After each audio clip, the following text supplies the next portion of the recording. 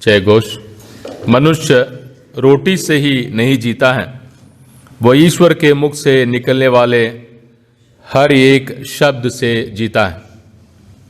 कृपया जो पीछे हैं प्लीज़ आगे आ जाइए। फादर इतराक के लिए बैठे हैं, प्लीज़ उठकर आगे आ जाइए, क्योंकि आप उनकी बातें सुने या उनको डर लगे।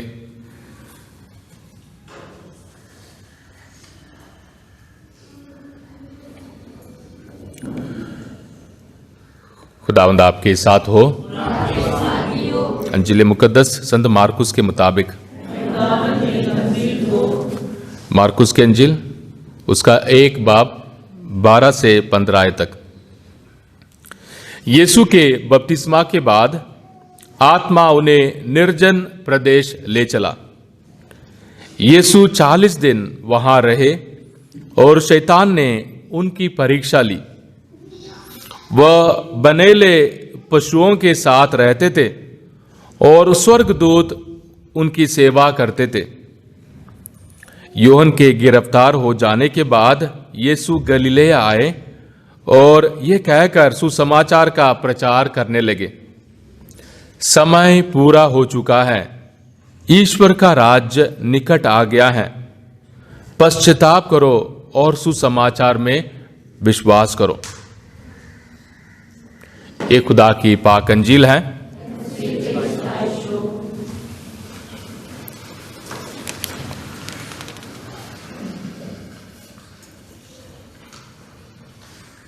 रोज़ों का मौसम प्यारे भाइयों और बहनों हमें बार बार याद दिलाना है, बहारों का मौसम है। यानी मैंने अपने दिल में, हमने अपने घर में, हमने अपने परिवार में खुदा की उम्मीद और खुदा के प्यार को उगाना है, बढ़ाना है, बढ़ने देना है और खुदा के फजलों से भरपूर होकर जीने के लिए हमने हमेशा उम्मीद रखना है। जैसे मैंने शुरुआत में कहा, जैसे थे वैसे ही रहेंगे और जैसे हमारी हालत है वैसे ही ठीक है। जितने धन दौलत हमने जमा कर ली है, जितने बड़े इमारत और जितनी गाड़ियां ले ली है, उतना ही नहीं है, क्योंकि खुदा उससे बढ़कर सबसे बड़ा सरप्राइज देने वाला खुदा है। खुदा की मर्जी हमारे लिए क्या है, खुदा मुझसे, मेरे अंदर, मेरे परिवार में कितना बदलाव चाहता है, मेरी जिंदगी में और कितने फूल और फल उगाना चाहता है, बढ़ाना चाहता है, मेरे लिए, दूसरों के लिए, मम्मी के लिए, भाई के लिए, बहन के लिए, बच्चों के लिए। ये जो सरप्राइज है, ये जो बहुत बड़ा सरप्राइज है खुदा की ओर से, उस पर हमेशा भरोसा रखना चाहिए। और रोजों का पहला इतवार हम सबों को रूहानी लड़ाई का इतवार है। यीशु की आजमाइश हो रही है, यीशु की आजमाइश, खुदा का बेटा और यीशु की आजमाइश। हम बोलेंगे हम इतने अच्छे हैं, हम इतने अच्छे हैं, हमें ही इतराफ करना पड़ता है। हम इतने पाकमास में हिस्सा लेने आते हैं, इतनी दुआ करते हैं, हमें भी बार बार कहना पड़ता है कि है प्रभु मुझ पापी पर रहम कर। इंसान होने के नाते हमारी फितरत है, हर ये जितना भी बड़ा हो, जितना भी छोटा हो प्यारे भाइयों और बहनों, पर हमारी रूहानी लड़ाई सिर्फ जिस्मानी नहीं है, हमारी रूहानी लड़ाई बाहरोनी नहीं है, हमारी रूहानी लड़ाई दिखावे वाली नहीं है। हमारी रूहानी लड़ाई ये नहीं है कि हिल जाओ और मुंडी पकड़कर सब कुछ ठीक हो गया, एक थप्पड़ बजाए सब ठीक हो गया। ना ना ना, यहां लड़ाई अंदरूनी है, यहां लड़ाई उम्मीद की है, यहां लड़ाई हिम्मत ना हारने वाली है, यहां लड़ाई खुदा की मर्जी को पूरी करनी है। खुदा ने मेरे लिए जो सपना देखा है, खुदा ने जो मेरे लिए योजना बनाई है, उस योजना तक मुझे वफादार रहना, उस योजना तक मैंने कभी हिम्मत नहीं हारना। तो जैसे मैंने कहा, पहला इतवार हमेशा आजमाइश वाला है और पहला पार्ट और दूसरा पार्ट हमारे निजात की कहानी के बारे में, हमारे ईमान के इतिहास के बारे में हम सबों को कोई ना कोई झलक हम सबों को देते हैं। और नूह के जल प्रलय यानी बाढ़ में खुदा ने दुनिया को नष्ट किया और उसके बाद नूह और उसके बच्चों को बचाया। 8 लोग हैं, 8 लोग हैं। सब पतरस दूसरे पार्ट में कहता है सिर्फ 8 लोग बचाए गए। उनके साथ जंगली जानवर भी हैं, ना पहला पार्ट में जंगली जानवर भी हैं जिसे खुदा ने बनाया, मानो खुदा ने और एक बार नया बना दिया हो। बुराइयों को खत्म कर दिया, खुदा ने दुनिया को और एक बार नया बना दिया। शांति बनाए रखने के लिए खुदा ने कहा कि मैं दोबारा दुनिया को नष्ट नहीं करूंगा, खत्म नहीं करूंगा। और खुदा ने अपने ऊपर जिम्मेदारी ली है, खुदा ने अपने ऊपर जिम्मेदारी ली। हम कितने लोगों के लिए जिम्मेदारी लेने के लिए तैयार है? कोई अच्छा लोग है, कुछ अच्छे दोस्त हैं, कोई अच्छे रिश्तेदार हैं, उनके लिए जिम्मेदारी लेते हैं, पर खुदा हमारे लिए, हम पापियों के लिए जिम्मेदारी लेता है। तो याद रखना, पहले पार्ट में जंगली जानवर हैं और नूह क्या परिवार है, और दूसरे पार्ट में संत पतरस कहता है कि ये जो कुछ हुआ, नूह के साथ जो कुछ हुआ, जल प्रलय हुआ और जल से बचाए गए, ये बपतिस्मा का प्रतीक है, यानी सैक्रमेंट एक चिन्ह है, सैक्रमेंट एक चिन्ह है। ये नहीं कि तभी में जाकर हम डुबकी लगाएंगे हमारे सारे मैल उतर जाएंगे, हमारे सारे पाप उतर जाएंगे ना। पानी डालना एक चिन्ह है, उससे खुदा के फजलों से हमारे दिल के, हमारी जिंदगी के, हमारी बीती हुई जिंदगी के सारे पाप धुल जाते हैं। खुदा हमें माफ करता है, खुदा हमारे लिए जिम्मेदारी लेने वाला खुदा है। तो नूह के साथ खुदा ने जो रिश्ता बांधा था, खुदा हम में से हर एक के साथ बांधना चाहता है। तो बपतिस्मा लिया, नजात पाली ना, बपतिस्मा शुरुआत है, लड़ाई के लिए एक जिम्मेदारी है। हाँ जी, मैं यीशु पर विश्वास करता हूं, मैं यीशु के नाम पर मैंने बपतिस्मा हासिल किया है, अब मैं लड़ने के लिए तैयार हूं, दूसरों के साथ नहीं, अपने साथ, अपने अंदर ही अंदर लड़ने के लिए तैयार। जितनी भी बुराई है, ऐ प्रभु मैं बुराई के साथ नहीं रहना चाहता हूं।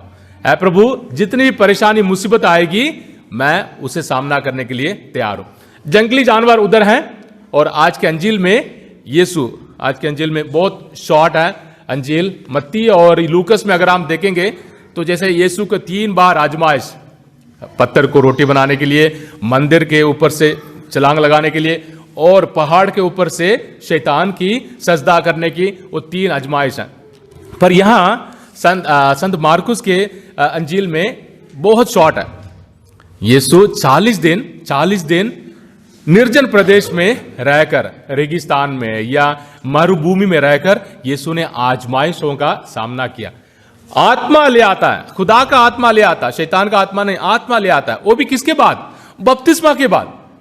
हम लोग सोचते हैं बपतिस्मा में हमारे सारे पाप खत्म हो गए, बपतिस्मा के बाद आराम की जिंदगी है, बपतिस्मा के बाद बाइबल लेकर घूमेंगे, बपतिस्मा के बाद खुदा की तारीफ करते रहेंगे। पर यीशु हम सबों को एक अलग रास्ता दिखाते हैं। हमारी जिंदगी आराम की नहीं है, हमारी जिंदगी लड़ने वाली जिंदगी है। और यीशु को आत्मा निर्जन प्रदेश में ले जाता है, और 40 दिन और 40 रात, देखना हमारे रोजों के लिए साफ साफ प्रतीक है। जैसे यीशु ने 40 दिन 40 रात रोजा रखा, हम भी परहेज करेंगे, बुराइयों से परहेज करेंगे। यीशु को रोजा रखने की जरूरत नहीं थी, पर हम परहेज करेंगे, हम रोजा रखेंगे, हम दुआ करेंगे जितना हो सके, ताकि हमारी जिंदगी में बदलाव आए, ताकि हमारी जिंदगी में बाहर आए, ताकि हम जिंदा हो जाएं, ताकि हम मुर्दों के समान धीरे धीरे चलेगा उस जिंदगी को छोड़कर खुदावंद यीशु मसीह में जिंदा हो जाए। दोबारा एक बार, जंगली जानवर पहले पार्ट में है, जंगली जानवर अंजील में भी है। देखना, यीशु पहला आदम नहीं है, यीशु नया आदम है। आदम को जब खुदा ने बनाया, जंगली जानवर थे, जानवर और पौधे, पेड़ पौधे सारे इंसान की जरूरत है, इंसान को मदद करते हैं। इंसान उन सारी चीजों से अपने लिए इस्तेमाल चीजों को ले सकता है, पर जंगली जानवरों का यह भी मतलब है, जहां परेशानी, जहां नुकसान, जहां आजमाइश, जहां लड़ाई, जहां पाप, जहां बुराई, और जंगली जानवरों के बीच में आदम हार जाएगा, आदम हार जाएगा, वहां शाम के बहकाव में आकर आदम हार जाएगा। नए ऐदनामे में नया आदम, पहला आदम, नया आदम, यीशु जंगली जानवरों पर और सारी आजमाइशों पर जीत हासिल करने वाला नया आदम है।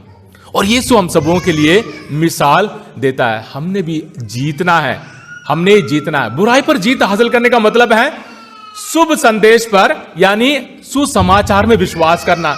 है प्रभु मेरी जिंदगी तेरी है प्रभु मैं भी कुछ बन सकता हूं, है प्रभु तेरी पाक मर्जी के मुताबिक मैं जी सकता हूं, तेरी भविष्यवाणी है मैं अपनी जिंदगी में पूरी कर सकता हूं। इसलिए हमारे लिए इस पाक सैक्रमेंट बपतिस्मा के जरिए जो नई जिंदगी मिली है, उसे हमने और मजबूती की ओर ले जाना। रूहानी लड़ाई है। अगर यीशु की जिंदगी में आजमाइश थी, हमारी जिंदगी में कितनी आजमाइश है? बहुत सारे, हर रोज आजमाइश है। शायद जंगली जानवर नहीं होंगे, शायद यहां वहां कुत्ते बिल्ली हो सकते हैं, पर जंगली जानवर नहीं होंगे। पर हमारे ख्याल, हमारे सोच विचार, हमारे दूसरों के ऊपर हमारा इल्जाम, हमारे फूट, हमारी नफरत, और हमारे अंदर जो भी गुमराह करने के तौर तरीके हैं वो जंगली जानवरों के समान है, क्योंकि हमारे दिमागी लड़ाई में हमारी आजमाइश आज बहुत है और हमें हर एक आजमाइश पर जीत हासिल करना है। अपने ख्यालों को, अपने सोच विचार को, अपने योजनाओं को, हर रोज की आदतों को हमने यीशु पर केंद्रित करना है, यीशु पर लगाना है। यीशु ने जिस तरीके से हर बुराई को जीत हासिल की, हर बुराई पर जीत हासिल की, हर एक शैतानी लालच को छोड़ा, 40 दिन 40 रात हमारे जिस्म के साथ भी, हमारी रूह के साथ भी, हमारे घरों के साथ भी, हमारे परिवारों के साथ भी जरूर एक जीत हासिल हो सकती है, पर हम इस सफर में आगे बढ़े। बपतिस्मा एक प्रतीक है, बपतिस्मा हमारे लिए शुरुआत है, बपतिस्मा हमारे लिए दरवाजा है, दरवाजे के अंदर हम आगे, हमारे लिए जिम्मेदारियां, लड़ाई, जीत, दुखी होकर नहीं, फूट के लिए नहीं, नफरत के लिए नहीं, एकता, प्यार और उम्मीद में जीने के लिए। इसलिए खुदा से हम यही ताकत मांगे, है प्रभु यीशु, तू 40 दिन 40 रात तेरी आजमाइश हुई, पर तूने हर एक बुराई पर जीत हासिल की। हम इंसान हैं, हम पापी हैं, हम बुराइयों से भरपूर हैं, हमारे आगे पीछे, ऊपर नीचे, पैसे, धन दौलत, दिखावे, बहुत सारे आजमाइश हैं। है प्रभु, हर एक आजमाइश पर जीत हासिल करने के लिए हमें बरकत दे, हमारे परिवारों को बरकत दे। जैसे पहला आदम हार गया, हम पहले आदम को नहीं, हम यीशु को देखना चाहते हैं। संत पतरस कहता है कि यीशु एक बार अच्छे लोगों के लिए, बुरे लोगों के लिए, सबके लिए मरे। यीशु आज भी हमारे लिए मरने के लिए तैयार है। हम पापी हैं और हम दुखी हैं, हम उदास रहते हैं। यीशु कहते हैं कि मेरे सलीब को उठाओ और मुक्ति हासिल करो, उम्मीद हासिल करो, कभी हिम्मत मत हारो। खुदा से यही ताकत और बरकत ना सिर्फ अपने लिए, अपने परिवार, अपने भाई बहनों के लिए, बीमारों के लिए हम हासिल करें। आमीन।